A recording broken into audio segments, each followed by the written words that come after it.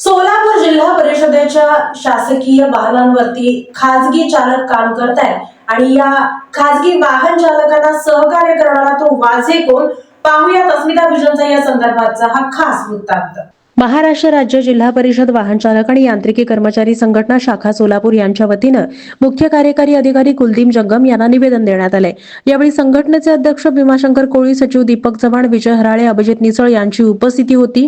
खासगी वाहन चालक हे शासकीय वाहनांवर काम करत असल्यास निदर्शनास आलं आहे। शासकीय वेतन घेणारे चालक बसून आहेत। जिल्हा परिषदेतील वाहन चालक यांना मुख्यालय आणि तालुकास्तरीय शासकीय वाहनांवर नियुक्ती मिळावी अशी मागणी करण्यात आली आहे। जिल्हा परिषदेच्या मुख्य कार्यकारी अधिकारी यांच्या वाहनावर सुद्धा खासगी वाहन चालक अनेक वर्षांपासून काम करतात। कार्यकारी अभियंता यांच्या वाहनावर खासगी वाहन चालक आहे। असे अनेक खासगी वाहन चालक अधिकाऱ्यांच्या वाहनांवर काम करतात। अनेक वाहन चालकांना मुख्य कार्यकारी अधिकारी, अतिरिक्त मुख्य कार्यकारी अधिकारी, उपमुख्य कार्यकारी अधिकारी यांच्या वाहनांवर चालक म्हणून काम करण्याची इच्छा असते, परंतु ती होताना पूर्ण दिसत नाही।